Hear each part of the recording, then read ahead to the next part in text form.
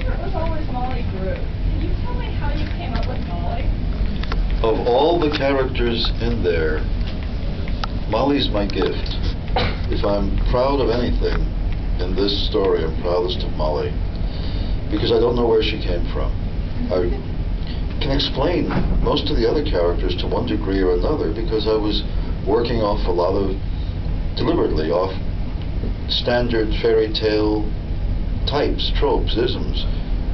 Good prince, wicked king, magician, witch, trying to do something a little different with all of them. But Molly sort of came out of nowhere.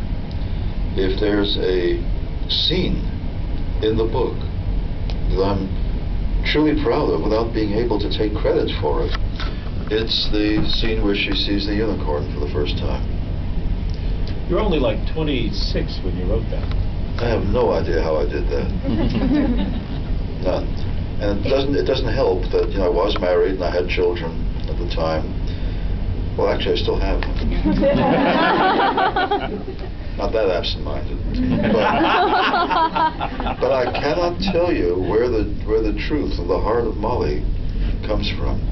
I don't know. I sometimes think that if you slug at something long enough and knock yourself out over it and just stay with it and stay true to it, every once in a while you get a freebie.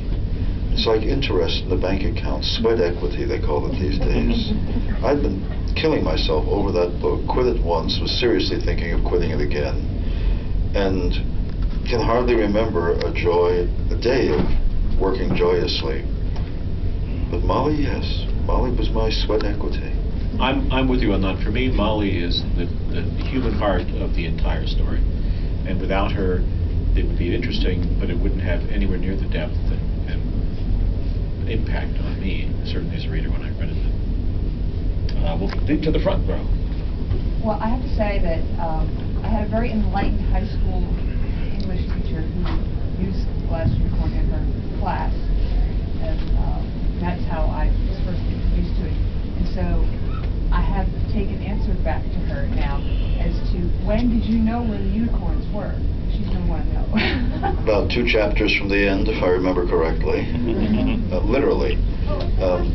The question was, when did you actually know where the unicorns were? Because she wants to take it back to her English teacher in high school who taught The Last Unicorn. Tell her it was awfully late in the book. I was living in Santa Cruz and spent a lot of time on the coast itself, and I would sometimes sit, literally parked or in a car over a bluff or